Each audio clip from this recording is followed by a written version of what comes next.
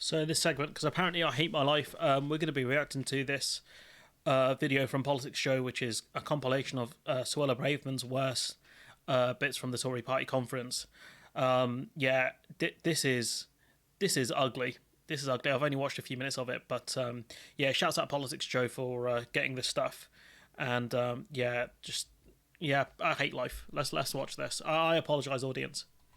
Now, one of the most powerful forces reshaping our world is unprecedented mass migration. So, given the fact that she's the Home Secretary, she has controls over immigration to an extent. If they wanted less people to come here, they just need to change the points-based system. That's all they have to do, and they are choosing not to do it. So that's on you, Chief. I'm not going to lie. And she come out and said the Tory party had been too squeamish on migration. No, you haven't. You had all these go home vans under Theresa May. Like the problem for the Tories is that you need migration in order to fill up the job roles, because you either don't have the people to do it. We've seen that unemployment in this country is low, and if businesses are trying to expand, they need people, especially people with expertise. And if we're not training with the people with these expertise, or we don't have enough people, you need people to come here to do those job roles. So sorry to give you an economics lesson, Suella, but you clearly don't know what you're talking about. The wind of change that carried my own parents across the globe in the 20th century was a mere gust compared to the hurricane that is coming. So you can see what she's doing there. She's saying, look, when my parents came over, it was just, it's a small amount of people. If it wasn't that game-changing, she's trying to justify, because people have called her out on it, saying, your own parents came here, no money, no passport, couldn't speak the language, and blah, blah, blah. That's something Suella Braverman admitted herself about her father. And so what she's trying to do is justify by saying, look, when my parents came here, things were different, but now there's just too many people. Even though I guarantee you, when people like Suella Braverman's parents were coming, they were arguing there are too many people here. We've seen that throughout British history. Whenever we saw a period of migration, they said, there's too many people here, country's full, get out, burn down the drawbridge, etc. This is just more classic stupidity from Suella Braverman. This is them trying to create a boogeyman in order to save you from something that doesn't exist. That's what she's trying to do here. Because again, if we had these sorts of problems, do you know who could stop it? The party with the 70-plus seat majority. That's you. So, if this thing is such a problem, clearly you are not the ones to be dealing with it, because you've had adequate time to deal with it. You haven't done anything. If we concreted over the countryside, turned our cities into one vast building site, and erected skyscrapers from Eastbourne to Elgin, from Hull to Holyhead, it's still... She's trying to steal the O'Brien thing of doing alliteration. Well, it's not his thing, specifically. There are people do it, Helgan to Holyhead. This is, she's trying to... Her speechwriter's done an okay job here, I guess. Wouldn't be enough. Demand will always outstrip supply. I know it, you know it, and the voters know it. The decency of the British people cannot be questioned. But I don't know, dog. I think it can be questioned with some people. Genuinely. They also care deeply about overall numbers. In poll after poll, the British people have been clear. Immigration is already too high. Too many when you got people like you constantly talking about it, yeah, they would say that, wouldn't they? Because that's all they're told by the media and by politicians. Immigration is too high. We need to control immigration, etc. But if it was such a big problem, why have you not dealt with it? Overseas students were bringing their dependents here to the UK. So we've changed the rules to ensure that a student visa is not a route for whole families to come and live and work. It's not been you can't bring your brothers and sisters, not really, unless they're really young. It'd be quite difficult to bring them over. It's more aimed at people who had parents that were elderly, or people who had children. If you have a child and you want to study a master's in uni, sucks for you. You're gonna have to leave your kid in whatever country you're coming from, because they can't come here, because that's a dependent that we don't allow. This is so stupid.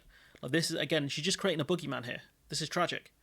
She's conning people into believing these things are true, when the media should be doing a much better job of fact-checking her. This is dumb. In the UK, and be under no illusion, we will do whatever it takes to stop the boats and deter bogus asylum seekers. What you can do is set up the processing centre in France if you want to stop the channel crossings. That's the best way to smash these criminal gangs that you keep harping on about. Like, it's not hard, Braverman. It's really not hard. You're looking straight at the camera. It's very off-putting. But the answers are there. You're choosing not to use them. Instead, you're going for stupid ideas like getting the Royal Navy involved or creating ships that can push back people, and you're just going to cause more death in the channel. Like, this is... no words. Let me tell you, our country has become enmeshed in a dense net of international rules that were designed for another era. Guarantee you, right? She's only said... You know what I mean? Like, her parents benefited from these international rules. You know, they weren't made for another era. They were designed specifically for this. You don't have to go to the first safe country you enter. Why is that? Because that country wouldn't last. It wouldn't, you know, it's going to struggle dramatically. Poland is struggling with the amount of Ukrainian refugees it has taken on. Because, you know, people, you know, if we tell those Ukrainian refugees stay in the first safe country, which is Poland, it's going to stay even more, it would be more clogged up than it is now. There's a reason why you don't have to stay in the first safe country you get to. And that's, you know, I think one of the main reasons is so it doesn't put enormous amounts of pressure on that country. And it is Labour that turbocharged their impact by passing the misnamed Human Rights Act. Bruh, imagine being against the Human Rights Act, the right to privacy and all those kind of things. Imagine being against that. Just, you know, like, this is a thing we benefit from as a country, dramatically. Why, you know, it's beggars belief. You know, do you not want a right to privacy and the other things within the Human Rights Act? I'd have to familiarise myself again with it. But, you know, what specifically in the Human Rights Act are you against, Suella? I'm surprised they didn't call it the Criminal Rights Act. Ha ha ha ha! The right to fair trial and all that kind of stuff. Oh, the criminals! It helps the criminals, bro. Like, imagine applauding this stuff. Like, you'd have to be completely deranged. We're only 2 minutes into this, people. I'm sorry. All of them bleating the same incessant accusation. Racist, racist, racist. They've always used that smear. It's not a smear if it's true, dog. Tried it against Margaret Thatcher. It didn't work. They tried it against David Cameron. It didn't work. A couple of years ago, they even tried it against Winston Churchill. I mean, that guy was racist. Like, 100% Winston Churchill's racist. For anyone to argue he wasn't racist, you either don't know much about Winston Churchill or you don't understand racism. Like, it's not unfair to say he was a racist. It's part of his legacy. You know, that's what legacy is, for all the bad and good you are. Greatest ever leader. And it didn't... Was he our greatest ever leader? Really? That one sounds debatable. Even work then. The next election will also be fought on law and order. Between a Conservative government that wants the police to focus on criminal justice. Again, if you wanted the police to focus on criminal justice, certain violent crimes wouldn't take 4 years to get to court. So, you know, if you want to talk about criminal justice, I can do that for you. If you want to talk about which party cut police numbers, that was you. If you want to talk about the net amount of police numbers, it's gone up slightly over the last 13 years. But if you look at per population, it's gone down dramatically. Yeah, I don't know what you want to talk about. The fact that no one has any faith in the Met Police and also Greater Manchester Police. Yeah, nah, Suella, I'm going to give this one to Labour, I'll be real. I'll give it 1-0 Tony Blair there. And a Labour Party that thinks the police should focus on social justice. Between... No, they don't. I don't think there's many people who would want the police to focus on social justice over criminal justice. That's just, you just made that up. Your source is Senator Armstrong, isn't it? That's who wrote this speech for you. My source is that I made it the fuck up. A Conservative government that stands up for the police and a Labour Party that wants to see them take the knee. Between a Conservative government that wants to help ordinary people go about their lives unimpeded and a Labour... Is that why you want to get rid of the Human Rights Act? Would that help people go on about their lives? You know, if we got rid of the right to privacy, would that help the ordinary person get on with their lives? I don't know. Labour Party that sympathises with the eco-idiots that block our roads and stop mums from taking their kids to school. And it's why we've reformed hate crime guidance, so that officers aren't wasting hours investigating squabbles on Twitter. It's why we're making... They're not. I don't think they're really doing that. I don't think, you know, you got the the Greater Manchester Police, or like any of the police forces just spending all day on Twitter saying that's a hate crime, people. Even Twitter doesn't even do that anymore. Making sure the police are not inadvertently helping mobs to enforce non-existent blasphemy laws. And it's why we've prioritised tracking down grooming gang perpetrators and getting justice for their victims. Again, it's taking 3 to 4 years if you are one of these kind of victims to get your day in court. Now, would you say that the Conservative Party prioritise these sorts of victims or deprioritise them, especially when the person who is in charge of the government's policy in this area has quit? Now, I know what I think. What do you think? After authorities turned a blind eye. It's why we've made sure that Prevent, the government programme that stops people sliding towards terrorism, is focused on the main security threat to the British public, Islamist extremism. Is it Islamist extremism? Is that the main threat to Britain, or is it right-wing terrorism?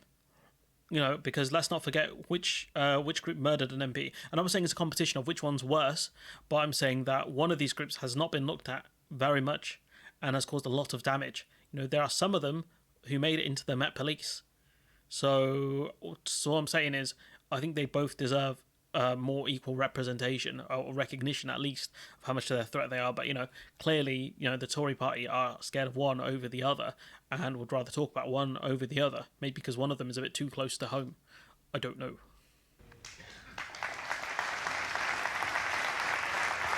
I have a particular message to those brave police officers who risk their lives to protect the rest of us by carrying firearms into situations where they could be harmed or even killed. She didn't say the message. Why are you applauding her?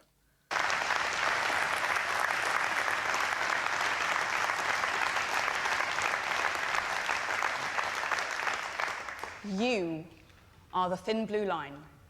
You have our support. We are grateful for the vital work that you do day in, day out. We look down on those of us who care about such things. Of course, they are entitled to their beliefs.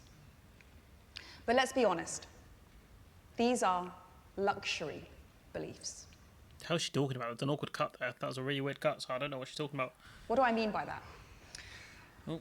Our politically correct critics have money. They have status. They have... Are you guys broke? Do you have no status? Like, you're the bloody Home Secretary. What are you talking about? Are you broke? I know the party's struggling financially, but to argue that these kind of PC people have more power than you or more money than you is farcical. Have loud voices. They have the luxury. All they have is Twitter. That's all they have. They don't have anything else. Just because you get ratioed on Twitter doesn't mean that these people have influence. Of promoting seductive but irresponsible ideas, safe in the knowledge that their privilege will insulate them from any collateral damage. The Luxury Beliefs Brigade sit in their... Luxury Beliefs Brigade.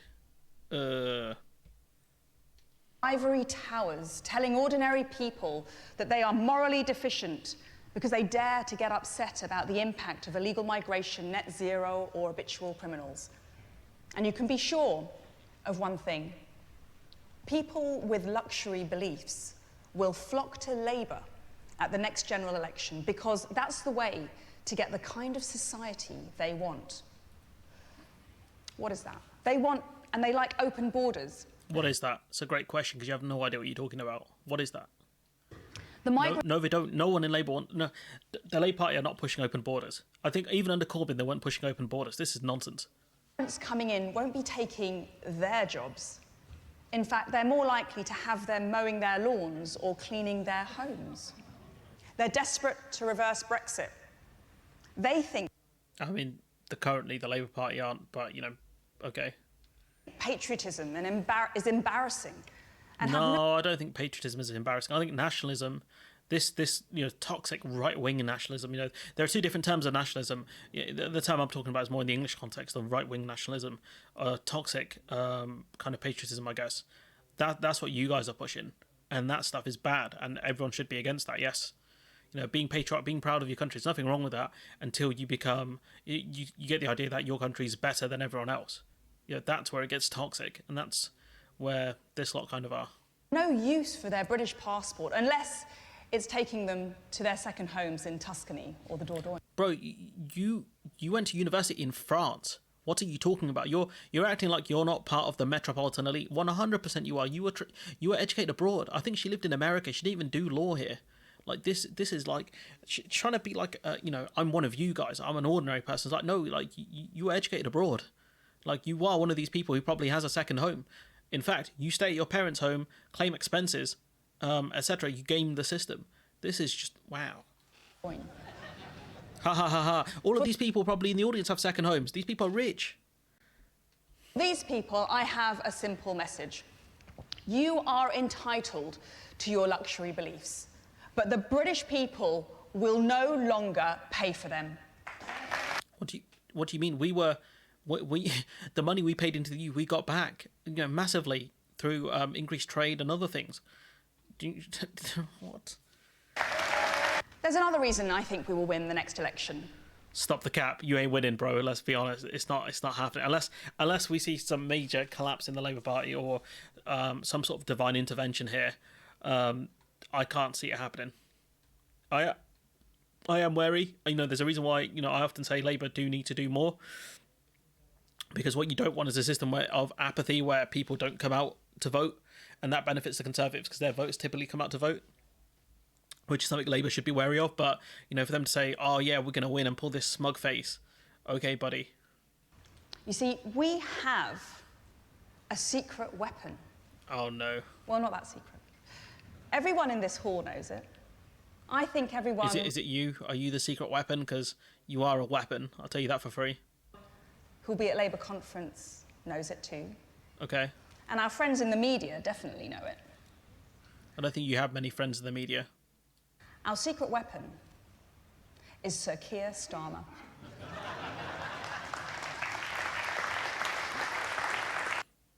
What the hell? What?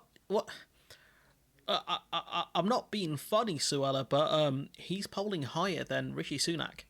I think he might be polling higher than you, Suella. She's very proud of her delivery. Looks like a child who's kind of figured out how to use the party. It's a bit embarrassing, honestly. You see, the British people have no enthusiasm for Sir Keir Starmer. They know that he believes in nothing. The thing is, they don't have to have a lot of enthusiasm. He just has to beat your guy, and he is. That's the unfortunate reality of a first-past-the-post system. He doesn't have to enthuse everyone. All he's got to do is beat you. And he's done that, in the polls at least. So, I would be a bit more nervous. It feels like she's trying to convince herself of this. Or, maybe she's trying to make herself look like a party loyalist. So when the leadership contests roll around, she can make her pitch for it. They know that he will say anything to anyone and then change his mind at the first sign of trouble. I mean... Keir Starmer lacks the personality to lead this country effectively. I mean, Rishi Sunak has the personality to run this country effectively. You have this personality, really? Sunak's got no real personality to speak of. The guy's smarmy as hell. He's really just... He looks uncomfortable in every situation he's in. Bro doesn't even know how to use a bloody card machine, to pay... a card reader to pay for goods. Like, in terms of... he's awkward as hell. He's got Theresa May vibes. He doesn't have the personality to run this country. If it was run on personality, it'd be close, but I think Starmer's got him beat. But, it's not about personality to run a country. It's about expertise and hiring the right people. He has not, Sunak has proven he has not hired the right people because you're Home Secretary. Imagine what would happen if he became Prime Minister. Luxury beliefs would reign supreme. Britain would go properly woke. The British people will get to decide if they want to curb woke with Rishi Sunak or let it run riot with Keir take the knee Starmer. Keir take the knee Starmer. I mean, he did take the knee when he was knighted, so I don't know, like, it's just, these are just things you'd read maybe in the Express or the Telegraph, these kind of insults. Surely she should be trying to big the party up a bit more, maybe talk about their achievements, like record channel crossings, record backlog with the courts, police officers having very low morale because of people like her. These are the achievements I'd be touting if I was at the Tory conference, because they ain't got much else. Let's be honest now. Remember when you guys crashed the economy? When interest rates started spiking? When the bonds almost collapsed? When pension companies almost went broke? Yeah, these are the kind of achievements I'd be talking about if I were you. Labour is the party of pressure groups, rich zealots and trade union activists. Okay, so the party of pressure groups, that's you. Rich zealots, that is also you. Trade unions, no trade unions backing you, bro. But the Conservative Party is also a kind of trade union. Because we are the trade union of the British people. What does that mean? What? You're the trade union of the... What does that... I'm so lost. I'm sorry, guys. I'm sorry to put you through this. That's rough. I don't even know how much actual input I've given to this video, I'll be honest. I watched about 3 minutes of this. I was like, this is unhinged. And now we've watched all of it. This is shambolic. She's completely strawmanning Labour, which I guess is a given she's a politician and whatever else. But her arguments are just nonsensical, so easy to debunk, pretending you're the party of law and order, pretending you're the party of being anti-immigration, saying you're the party of anti-refugees and all of this stuff. It just doesn't make sense when we look at the reality of the situation. Is we have record highs of immigration, and you're the party in charge. You could, if you wanted to, if the Tory party wanted to, they could reduce immigration. All they have to do is change the points-based system. That's it. It's very easy for them to do, but they're not doing it. I wonder why. Is it because the economy needs immigration? Is it because businesses that might donate to the Tory party want higher immigration? I don't know. But, the Tory party is going to be torn between this kind of fash right-wing elements of them and the ones who want to do stuff for the economy. And it looks like the fash right-wing elements are winning, or have won, probably since Boris Johnson, arguably. Maybe you could argue Theresa May was taken out by that kind of very fash right-wing elements of the party. Yeah, Suella Braverman's just a very odd character. But anyways, let me know what you think in the comments below. Like, comment, share, subscribe.